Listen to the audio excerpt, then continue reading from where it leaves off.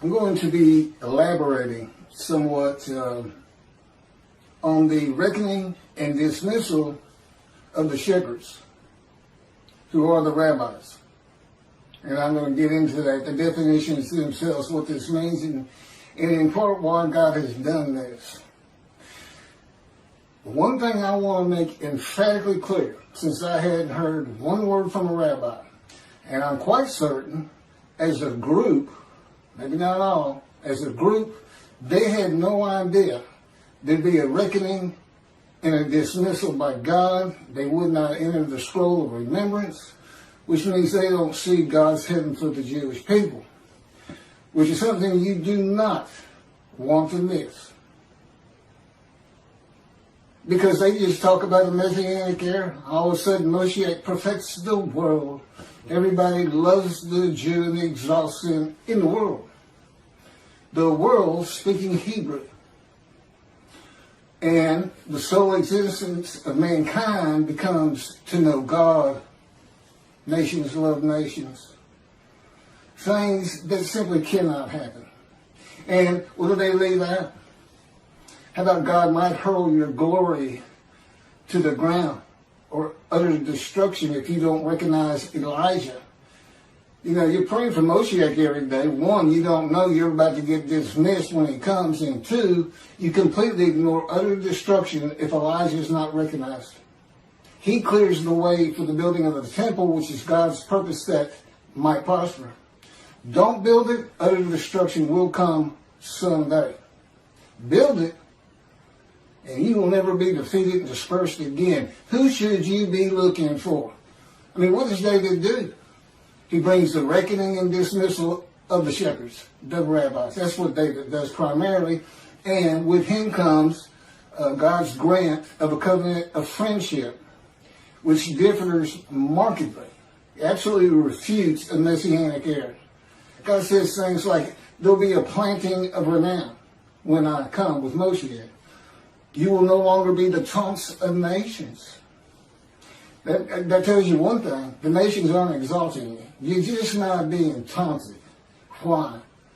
God's in his temple again. And they're not quite sure if it's true or not. For the most part, that would be the majority. And of course, the covenant of friendship. Well, that is the covenant of friendship. No longer dispersed. You will not be defeated, dispersed. The temple in your midst. The world will know God sanctifies Israel. That's what you get. You don't get perfection throughout the world. You don't get exalted throughout the world. If that's what God had intended, this is where he did written it. In the covenant of friendship. It absolutely refutes it. You got utter destruction. Malachi 3. You got your glory hurled to the ground. Your power. If you don't assist God in recognizing me. That's what it says. He's saying, you know, who is this coming from? Adam, Gentile lands, Christianity. Who's this?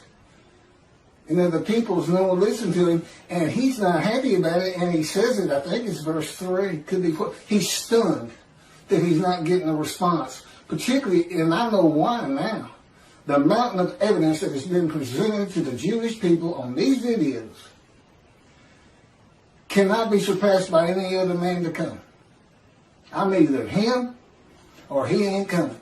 Which is it? God said he was coming. God's righteous servant. What was David? A servant who was righteous. Who was Elijah? Servant who was righteous. Who was Moses? Servant who was righteous. Who else? Who are we missing? God's righteous servant. One description, 4 righteous servants. I am all 4 men. I just reposted it again. I have a verse-by-verse commentary solely showing how I and my life fits Isaiah 53 and explaining it. Explaining what he was wounded for our sins means. No man has ever been able to do that before me.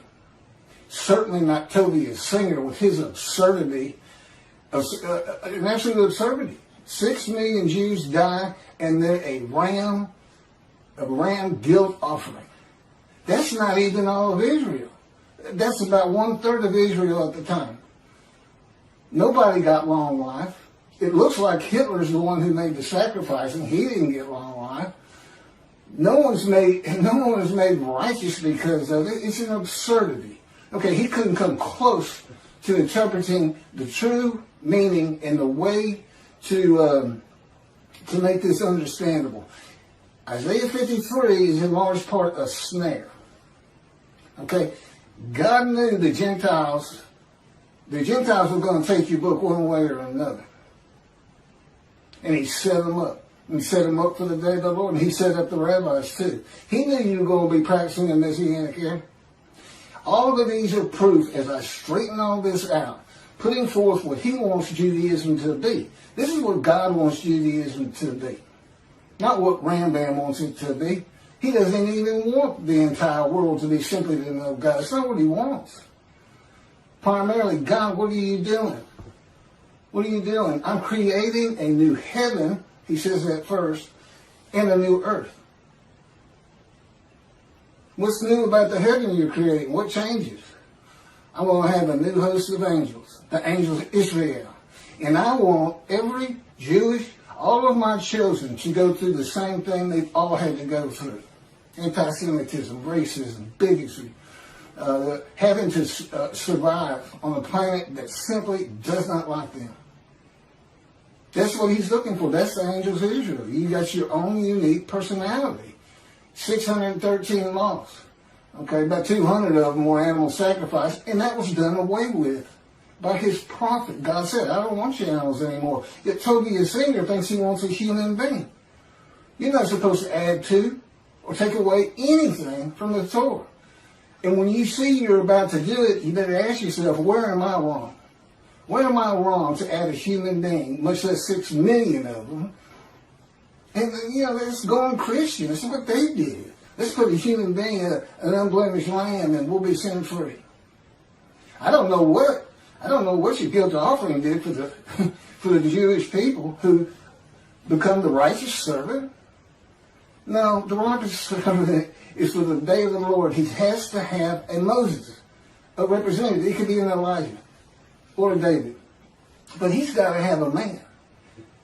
Okay? I fit it to the T. My Isaiah 53 has been out there for over 2 years. And I get nothing.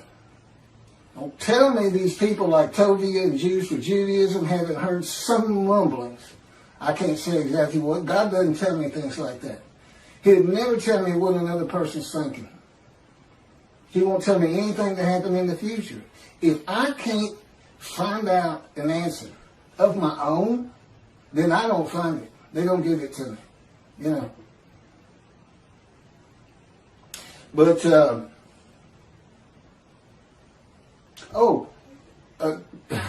one of my first lessons, and this is for the rabbis who think God, this can't be, or he's not David. We're not reckoning with him to dismiss. They just won't pretend it's not there. Yeah, you're not going to heaven. Okay? That's every rabbi on the face of the earth.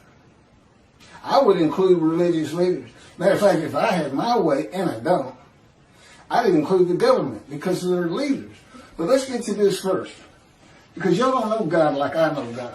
I've been looking for 13 years in the fire of refinement, punishment, chastisement, maltreatment, crushing, bruising, wounded. And it is constant and incessant. I will say this, I couldn't see it for about 5 years, but it has changed me. I am such a different man today than I was. When this thing started, I was no more capable of handling the tasks that are before me, such as clearing the way for the building of the third temple, just talking in front of people. I was a lawyer, but I was a book lawyer. I didn't like talking in front of people. Matter of fact, I can't remember a time I ever had. I wasn't sociable. I was a loner. All that's different now with God in me. The Spirit of God, I'm in my spirit, and my spirit's in me. Guess what? God's in his spirit's in him. It's the same thing.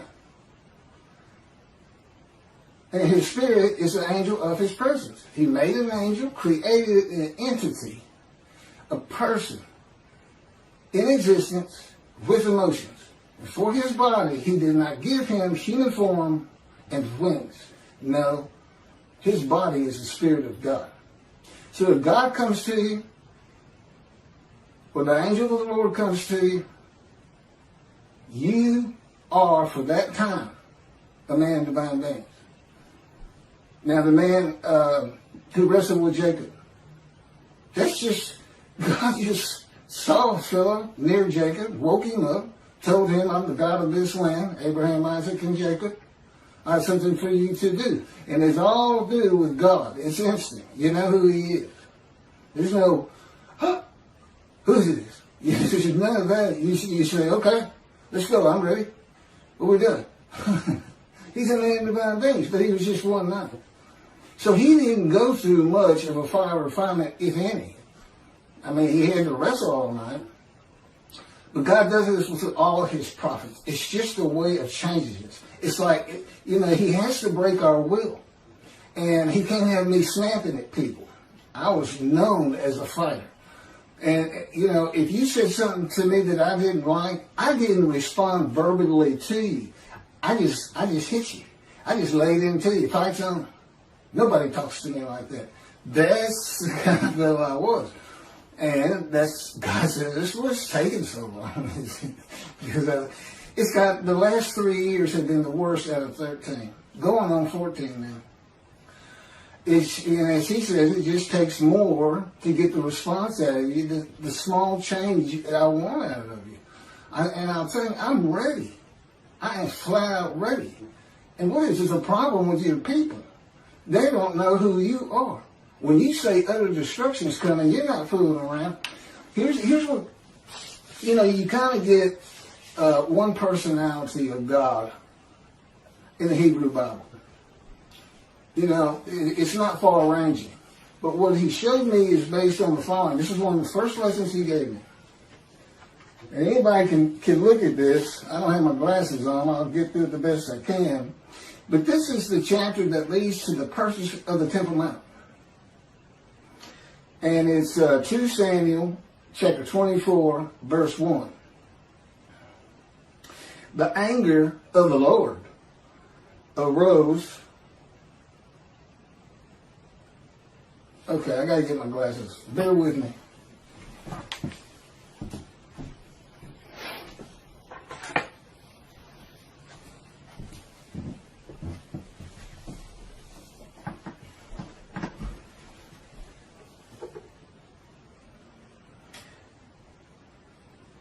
The anger of the Lord again flared up against Israel.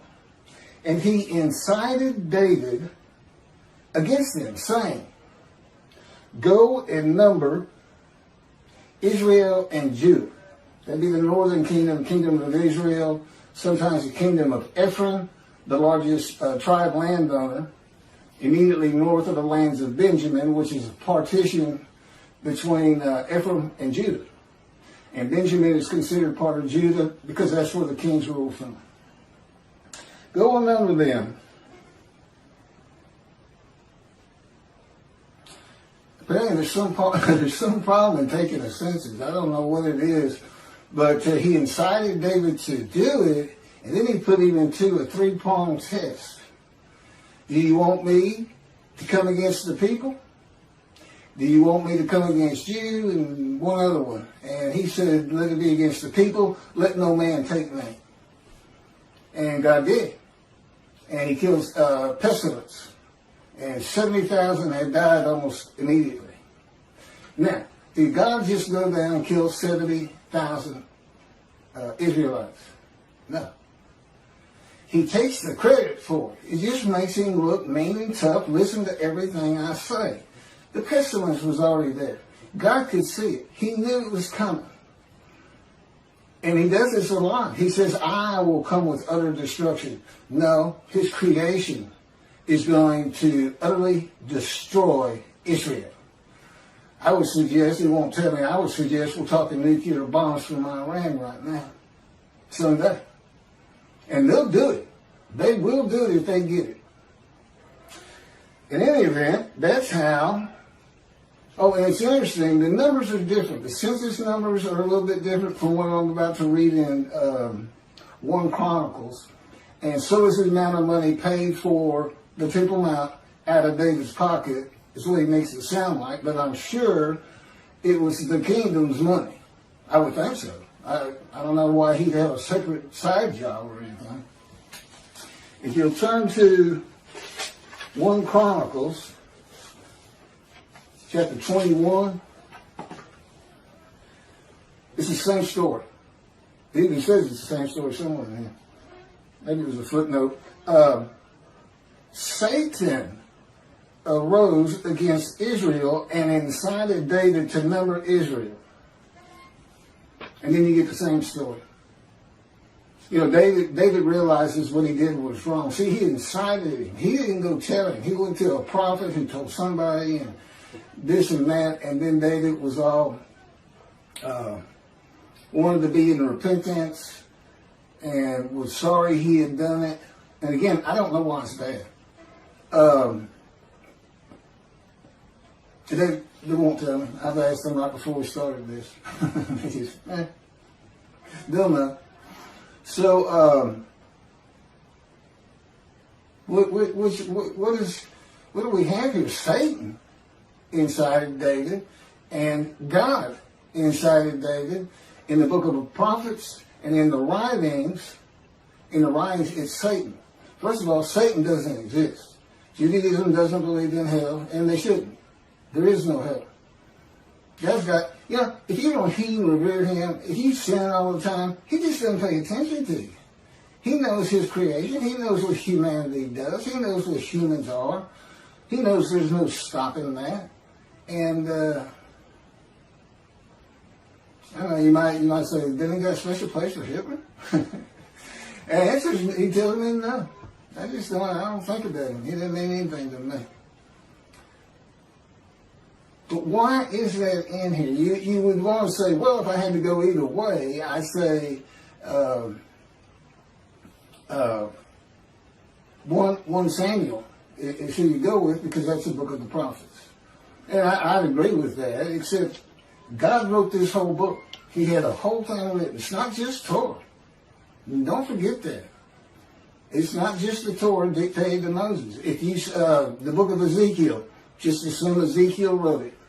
Might not be the case, might not be all of it, but, you know, just go with that. Whoever the main character is, they wrote it for God, because if he's talking to you, and he's going to be with you quite a while, like in writing one of these big books with 70 chapters, you're going through the fire of refinement. Moses went through the fire of refinement. You know how you know? Because it breaks your will. It makes you humble. It takes anger out of you that you used to not be able to control. We start with Moses. He killed a man. He was so angry.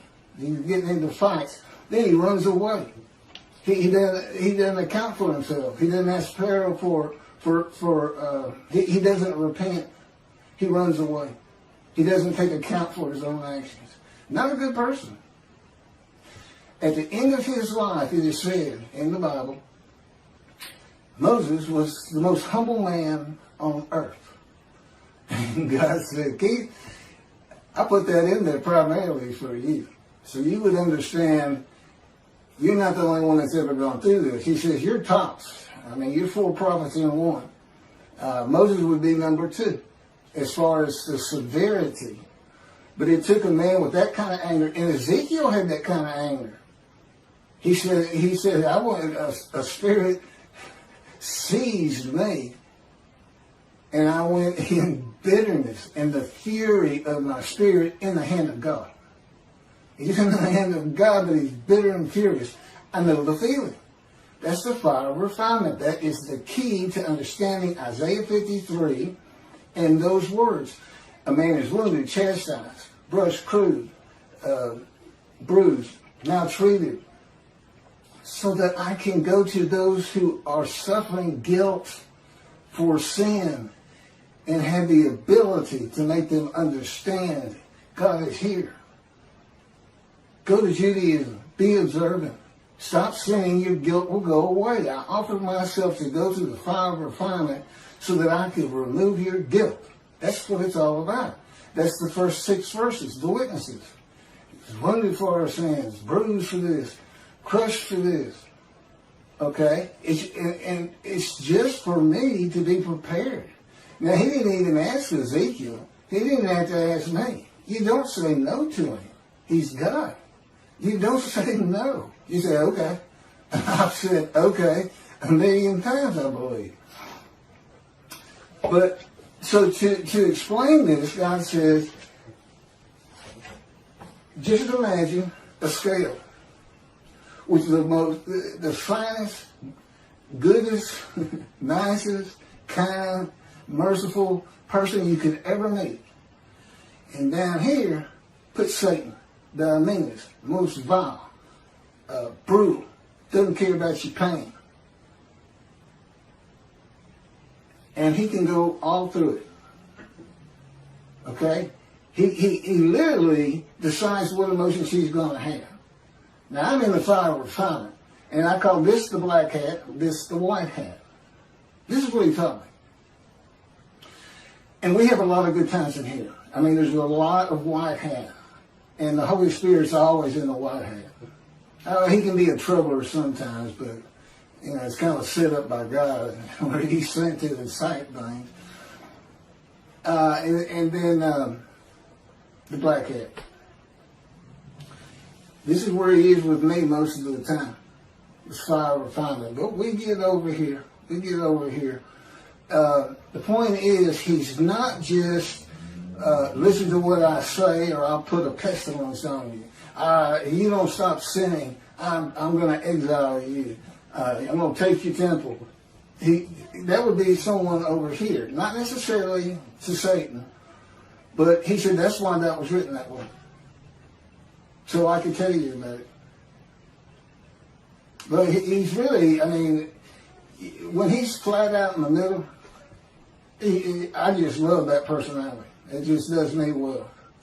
So he wants me to tell the Jewish people about him. And my story, there's a lot I can't get into. I mean, he told me two things right off the bat. One, I don't care about your pain. And there's nothing I won't do to get you ready. There's no low I won't sink to. I will lie to you. And yeah, I know it says God doesn't lie. In the fire refinement, he does. Anything to incite me. That would come under chastisement. Wounding, slamming me to the ground. He's broken my chin open 2 or 3 times. Cracked my skull. I got a nerve this bad. Black eyes, skin off my face. That's wounding.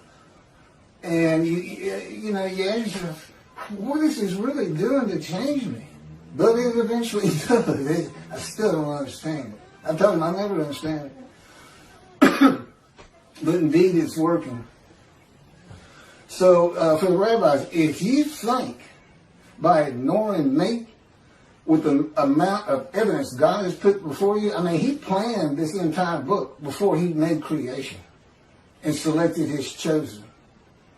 The entirety of it. That's why you only see angel of his presence and Holy Spirit one time. Judaism says Holy Spirit's not a person.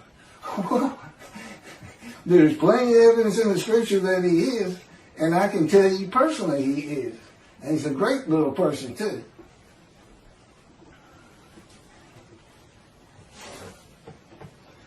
But let me carry on. He's not, I guarantee you. If Toby, singer and Jews for Judaism was sitting back there going, well, we make money. Oh, that's what they wouldn't say, we make money on Isaiah 53. Or we can't say we're wrong because of your arrogance. And the ignorance that you show in your commentary just defies logic to me, because God told me from the get-go. I was an atheist for 50 years, had nothing to do with religious people. He said they're very intelligent people. Judaism is well-based, on the ground, all makes sense. This is what he told me in the beginning. Since then, I learned a lot different. I don't think much about their capabilities at all. Remember, I'm a prophet. God taught me. God controls my mind, my thoughts, my words, my physical motions, because I'm in the cords of his power.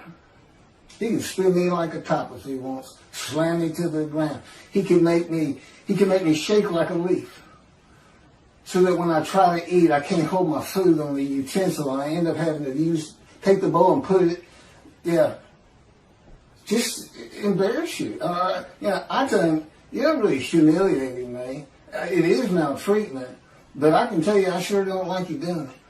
And he's done it. He'll do it with my legs, where you feel you're going to fall down. Sometimes I dread walking down the steps when he's got me right in the midst of. He calls it a 3-day thing, where we just at least once a week, if not twice. That's the kind of thing I'm talking about, and eventually that kind of treatment, maltreatment, changes you. And it also makes me, I know what I've been through. I know the pain I've been through. And I'm not even counting the accidents he put me through, being shot, giving me cancer, shot through the abdomen. I'm just talking about since he came and started talking to me when I was 50. Well, let me go over this reckoning again, because apparently it's just not getting through. And if those particular rabbis aren't listening, I get plenty of views. I guess 4,000 now or something, which is nothing for the big boys. But, I'm not a rabbi. Certainly not anything to do with Christianity, Pastor. I stayed away from religious people. I can't ever remember having a religious conversation until I was 50 with God. When he said, let's go buy you a Tanakh. And I said, what's a Tanakh? And that's when he started teaching me.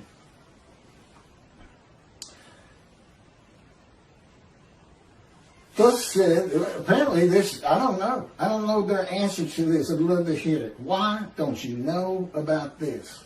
Thus said the Lord God, I am going to deal with the shepherds. I will demand a reckoning of them for my flock, and I will dismiss them from tending the flock. Then I will appoint a single shepherd over them to tend them. He shall be a shepherd to them. I, the Lord, will be their God. My servant David shall be a ruler among them. Not a king ruling over them, among them. In the Mishnah Torah, Rambam's got 2 chapters on King David, and he's making every bit of it up. He's thinking, what would the Davidic dynasty be like today? And off he goes. None of it's in the Bible. None of it. King Moshiach will study Torah all the day and all the night. No, he doesn't. Not even close. I said, they got the Torah down. I don't need to, I know enough about it. It's not like I hadn't read it, but it's not like the prophets, and to some extent the writings.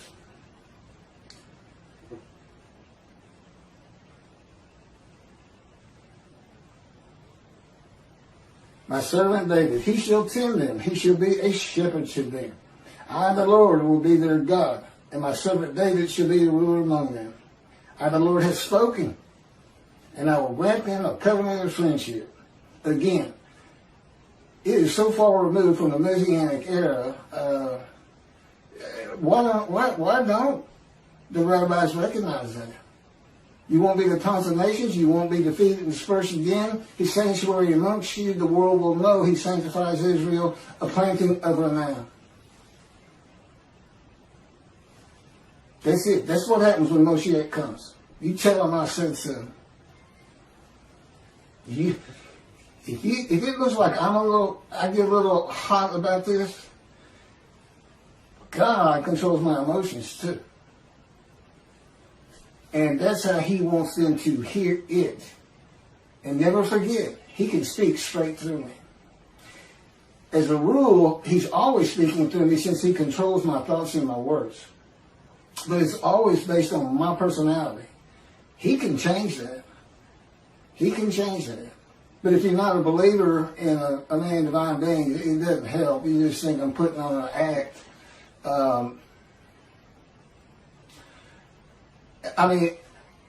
I've had conversations with him where I'm looking into a mirror, okay?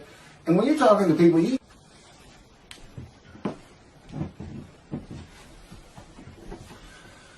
you know what your demeanor is. You know what you're sounding like and what you look like.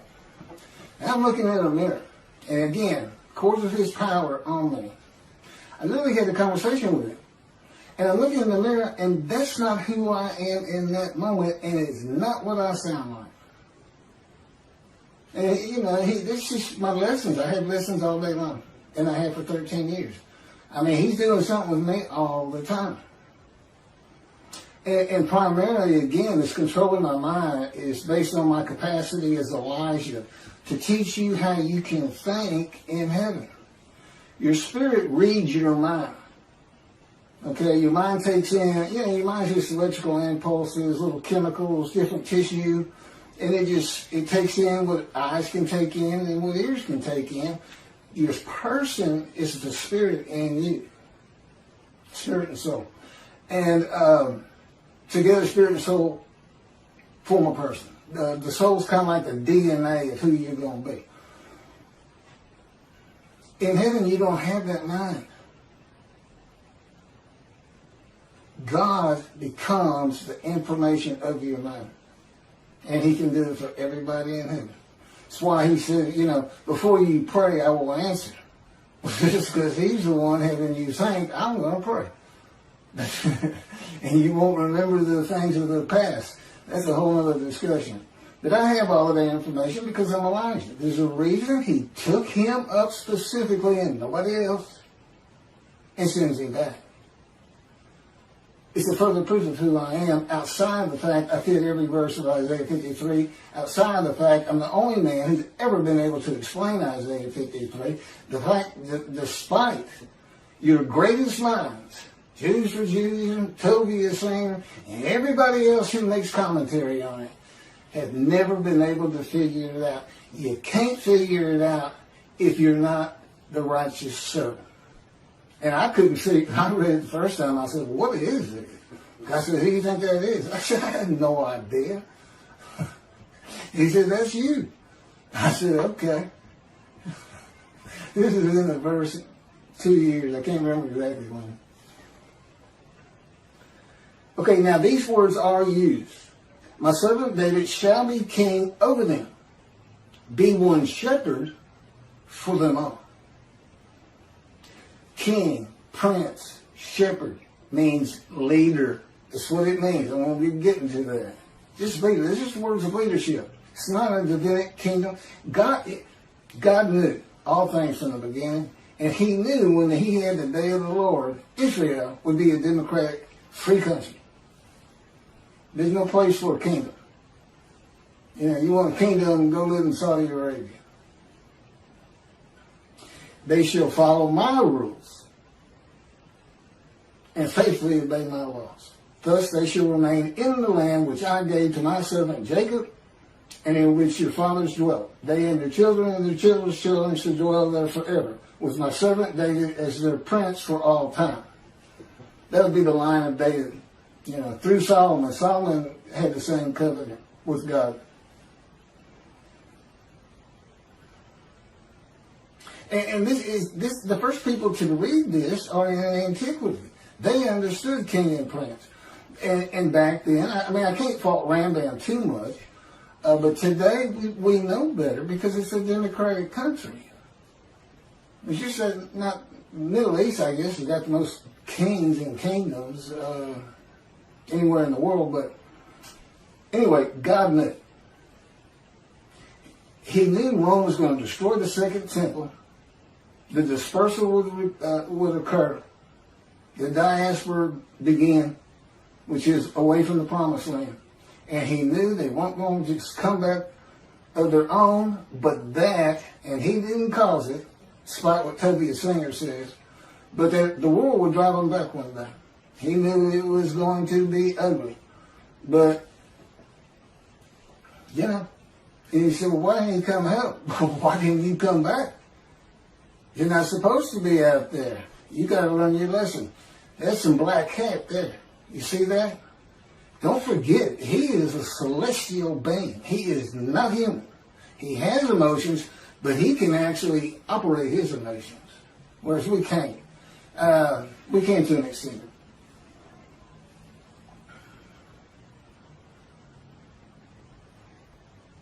Okay, in today's world, with so many synagogues and people of Israel, the best interpretation of this dismissal is that will be a leader of God's flock to tend them and be a ruler among them.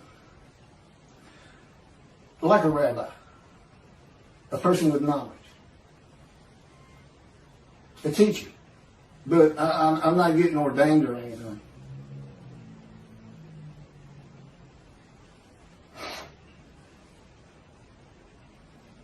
Okay, reckoning. This is what reckoning means. It's the avenging or punishing of past mistakes or misdeeds. Teaching Messianic era. I mean, you're just not putting your thinking hat on. That was for antiquity, Middle Ages. But, resurrection of the dead, the 13th fundamental principle of Judaism by Rambam. We believe in the resurrection of the dead. Do you really? Do you really? Are you telling the truth in that prayer? We've gone through the age of medicine, science, knowledge. We know you cannot resurrect a human being from dust. They had to be conceived and born, period. And there's never been a virgin. Got a great story. You should hear about how he tears that apart. That woman with child, Isaiah's concubine, he's married to the prophetess, and this child, Emmanuel, doesn't learn right from wrong until he's 9 years old. My question is, why isn't he Jesus? If his mother is a virgin, why isn't he Jesus? I'm going to put it to them. I'm going to be the greatest anti-missionary of all time, particularly, though, because eventually the many and the multitude are going to be telling the world who can believe our report. That's him.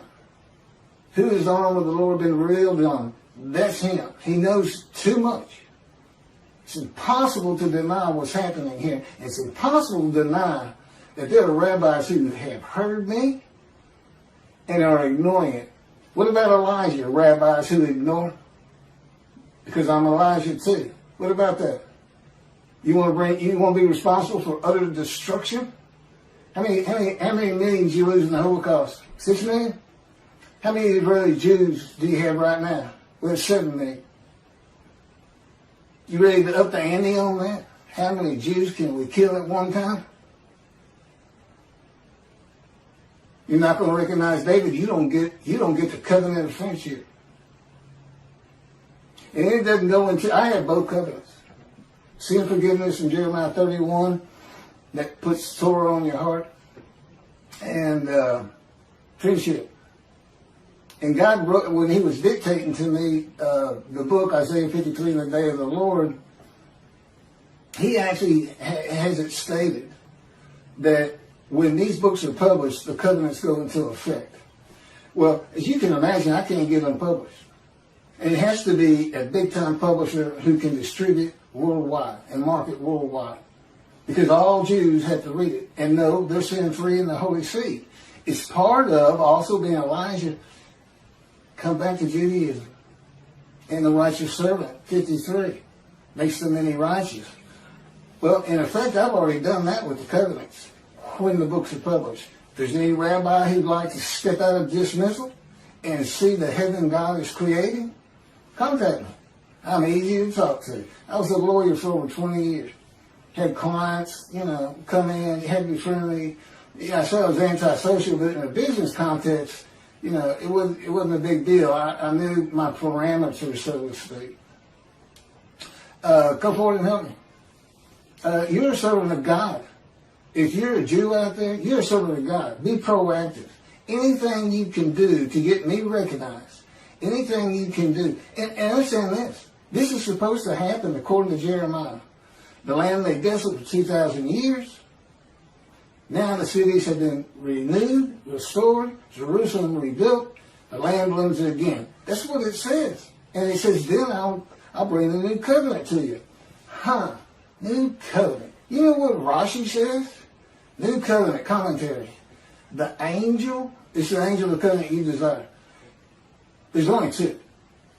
and David brings friendship.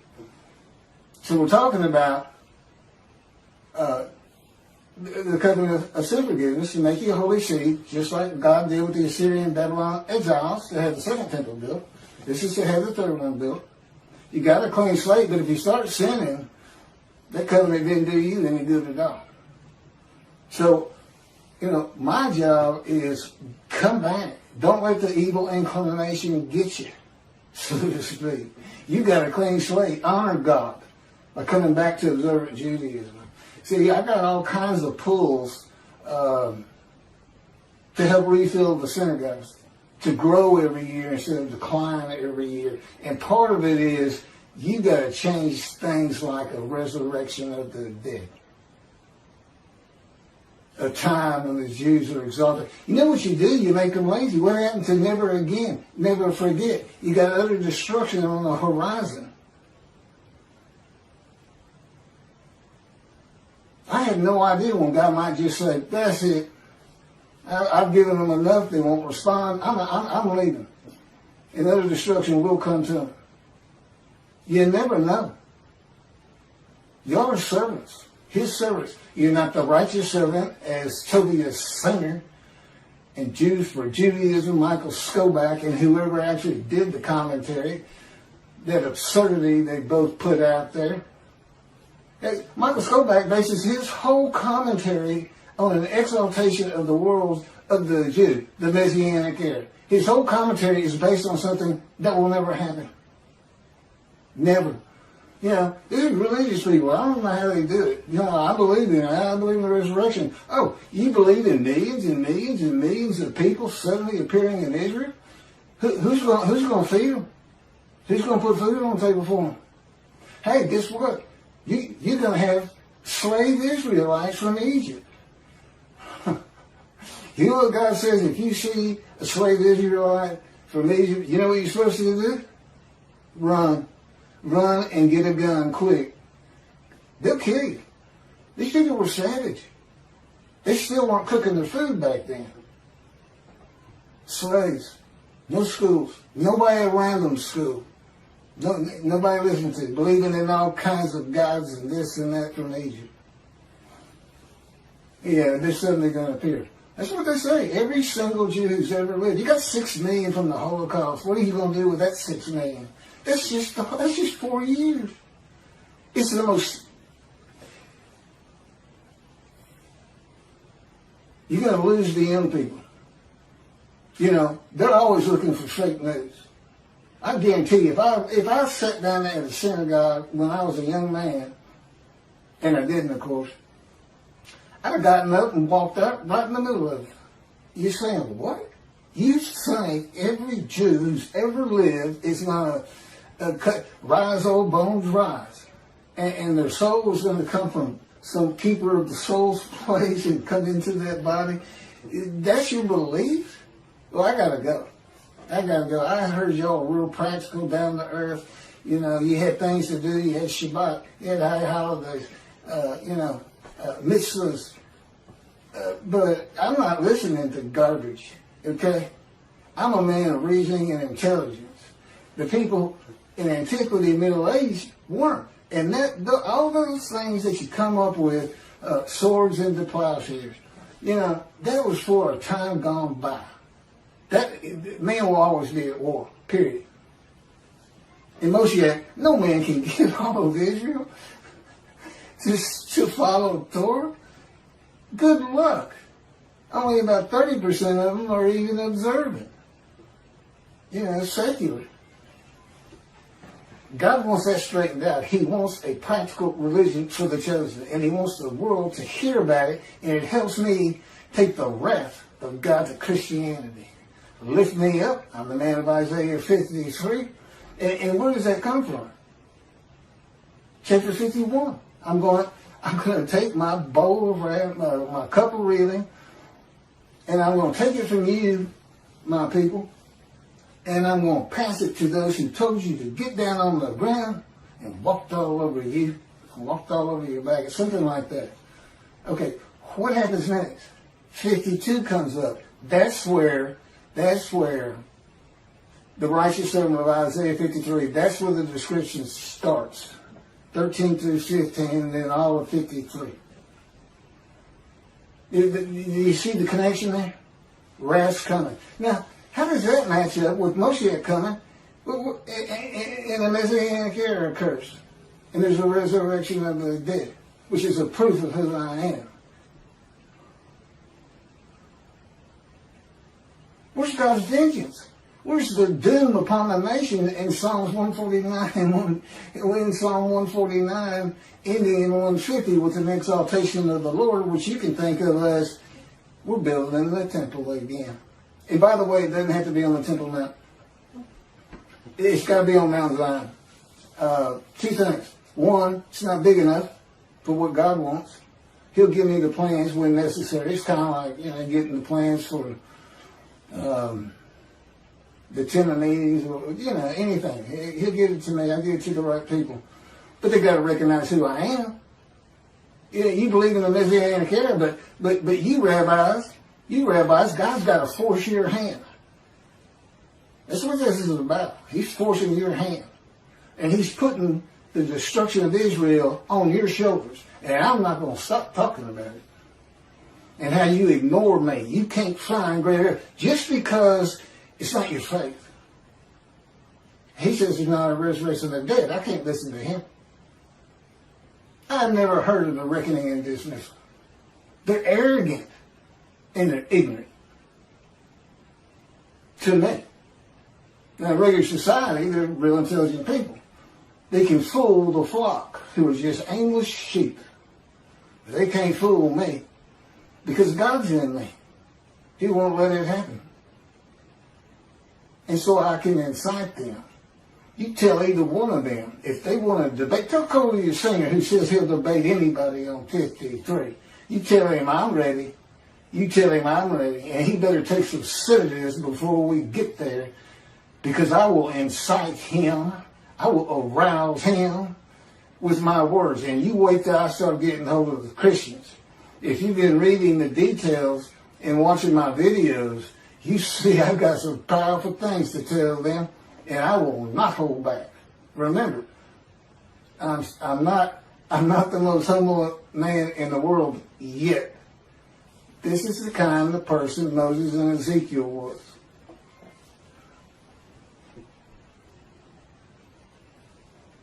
Reckoning, the avenging or punishing of past mistakes or misdeeds. It's not just the Messianic era.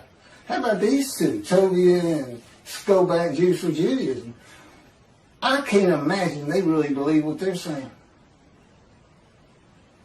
They probably had to work and work. How can I explain this part? Tobiah's language, it just scares me, because in the beginning, I really thought so highly of him. Years and years ago, when God started teaching me, he had me listening to the radio show, and I was learning things from him. He's got a lot of knowledge, but his capability of reasoning is at the level of antiquity, where there was no reasoning. Everybody lived on emotion, because you learn how to reason in school. Maybe he just went to a yeshiva and didn't have to figure out math and other things that teach you. You don't use it, but it teaches you to reason.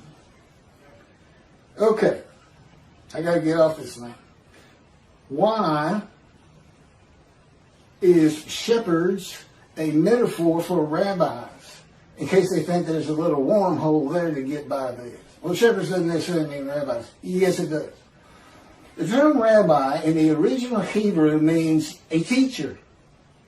In pursuing that calling, individuals have responded to the various needs of their Jewish community. In addition to the literal meaning of the word rabbi, Jewish tradition views the three Hebrew letters of that word to represent an acronym. The abbreviation translates to shepherd of the children of Israel. The shepherd is the dominant leadership. Remember, leadership, king, prince, shepherd is the dominant leadership metaphor in the Hebrew Bible. The role of the shepherd was a cornerstone of the Hebrew economy as sheep provided key staples of wool, meat, and other commodities.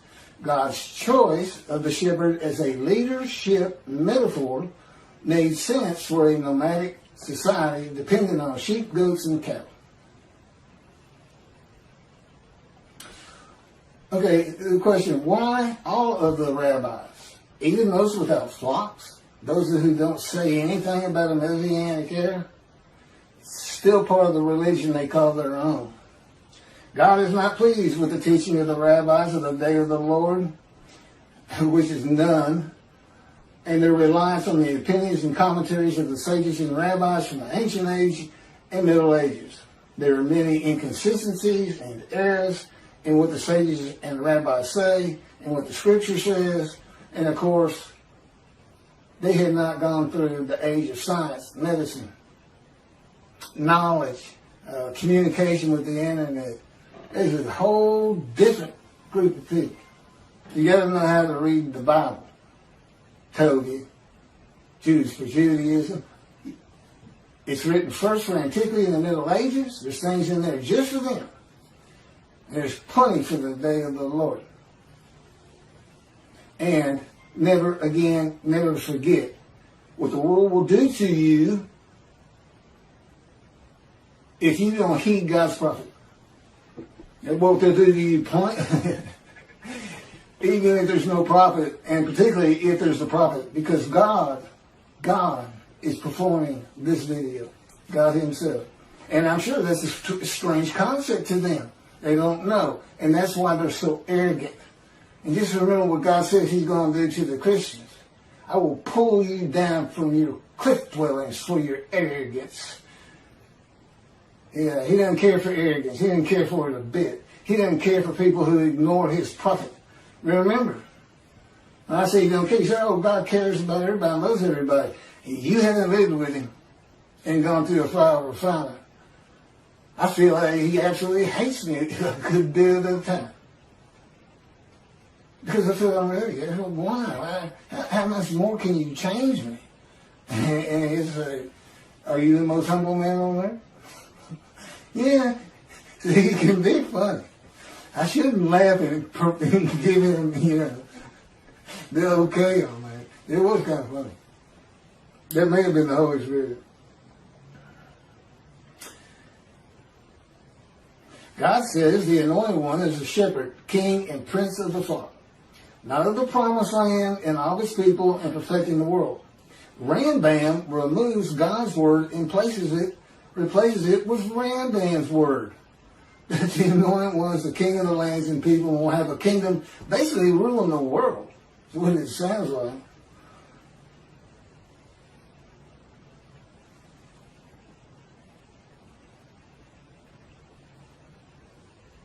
God says the prophets were rarely listened to by religious leaders in biblical times before he stopped speaking to the prophets. It's the arrogance.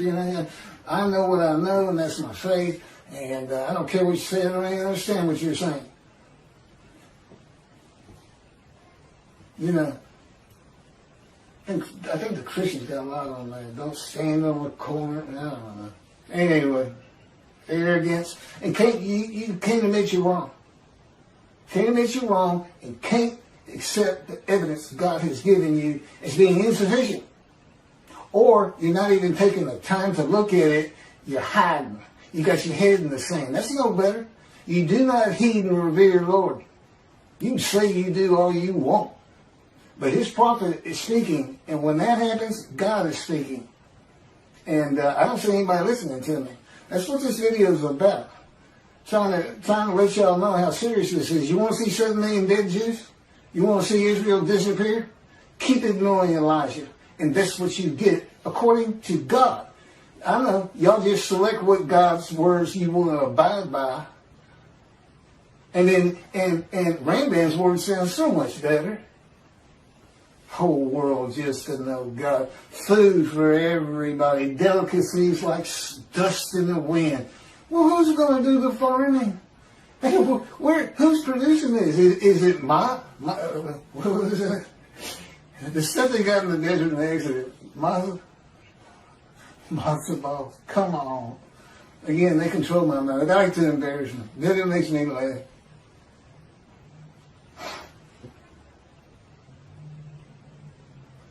Okay, all this comes from God, by the way. Interpreting and teaching what God actually says will not bring in many donations for the reason that the flock will want to know why God is going to have a reckoning with them and dismiss them. They will want to know what the sages and rabbis have done to anger God. The rabbis must learn how to read God's book, the Hebrew Bible. The two books he dictated to me explain what all that means. They must be read and taught to remove the dismissal. And if you're not a leader, if you're just an observant Jew and you go to synagogue and all this and everything, tell everybody you know. You're a servant of God. And his words come from me. This is when it's supposed to happen, unlike Jesus, who prophesied 5 times when he was coming back, and every one of them was false and failed. He didn't come back. He's gone. He's a myth anyway. He doesn't exist. And if you see a Christian and they want to ask you what you think about Jesus, tell them he's a myth. Don't tell them, oh yeah, well, he was fine. I hear this all the time. He was a fine Jewish, learned man. But I don't believe that he died for my sins. No, don't do that. He's a myth. He's not real. God has an excellent argument on that is put together in the book and is also on videos. It has to do with the scenes of the Dead Sea Scrolls.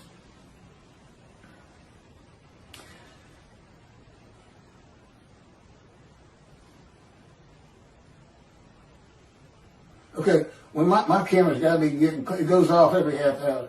I'm going to just keep reading as fast as I can. I don't think I'm going to be able, but I'm not. That'll be the end of this video, which will be about an hour long.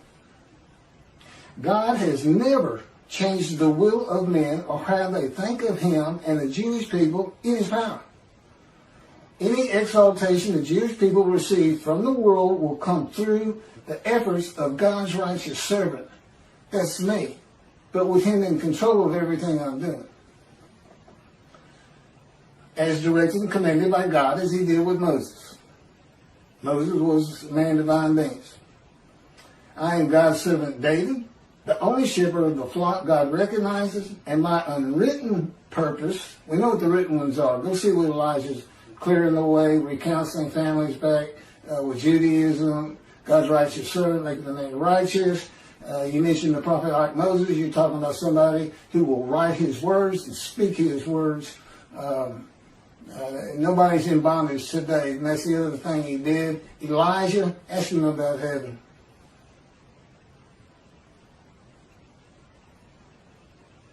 And my unwritten purpose is to teach the matters of the two books he dictated to me, to tell my stories of living with God and the angel of his presence, the Holy Spirit, what it is like to become a man in divine beings, a host of the Lord's host. It would be unwritten purposes, and I'm sure he's got plenty of others. The rabbis have yet to heed me. I hadn't heard a peep out of them. Here's a man declaring he's Elijah. Utter destruction comes if they don't recognize me, and they don't want to speak to me. They don't want to get them books and read them. I know Toby had for the most part, because nobody from Israel has read them. I'd be too embarrassed, and in his arrogance and his popularity and stardom, he's not even checking it out. Total disregard for utter destruction and death of today, 7 million Israeli Jews. Utter destruction. They doesn't leave room for, some might get out. Good luck making it over to Europe. If they're going to nuke you, they're going to have you surrounded at the same time. It's about time they read God's books. It's scripture. It's not canonized. It may be one day. But it's scriptures divinely received, verbally given to me. Keith, go to your computer. Write this down. There's a whole lot of learning that went in between that.